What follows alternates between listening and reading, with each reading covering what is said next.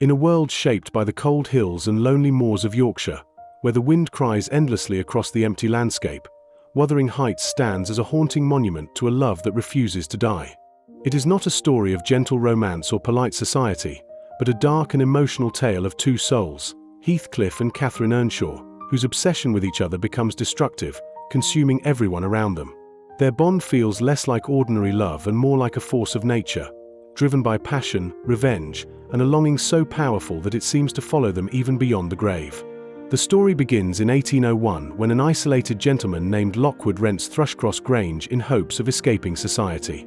Curious about his strange landlord, he visits the nearby estate of Wuthering Heights and encounters a household consumed by bitterness, silence, and hostility.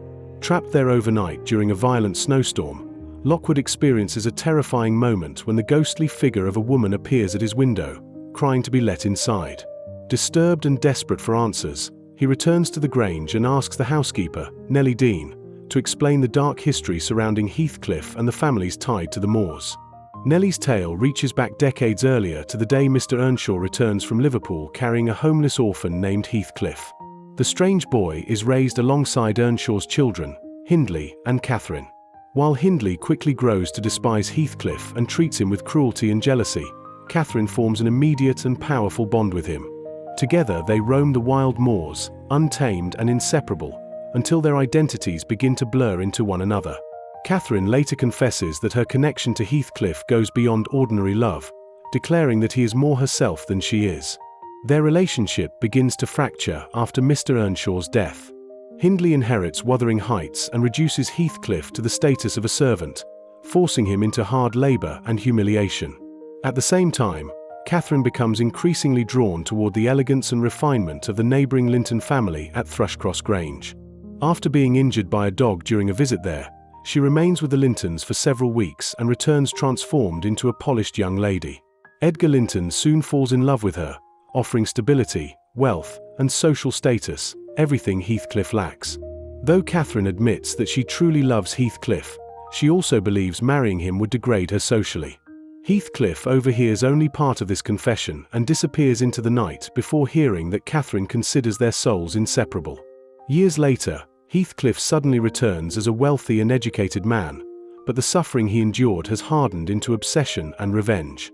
His arrival disrupts Catherine's marriage to Edgar and poisons the fragile peace of both households. Heathcliff becomes consumed with destroying everyone connected to the pain of his past.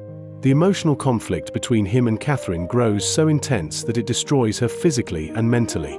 In one final meeting, the two confront one another with equal parts fury, heartbreak, and desperate devotion. Soon afterward, Catherine dies shortly after giving birth to her daughter, Cathy. Devastated beyond reason, Heathcliff begs her spirit to haunt him forever rather than leave him alone among the living. After Catherine's death, Heathcliff dedicates himself completely to revenge. He manipulates and destroys both the Earnshaw and Linton families with cold precision.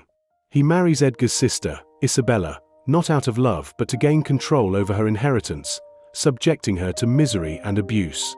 Later, he forces the younger Cathy into a marriage with his weak and dying son, Linton Heathcliff, securing ownership of both Wuthering Heights and Thrushcross Grange. At the same time, he cruelly raises Hindley's son, Hareton, in ignorance and poverty, treating the boy with the same degradation Hindley once inflicted upon him. Yet revenge ultimately brings Heathcliff no peace. As the years pass, he becomes increasingly haunted by memories and visions of Catherine.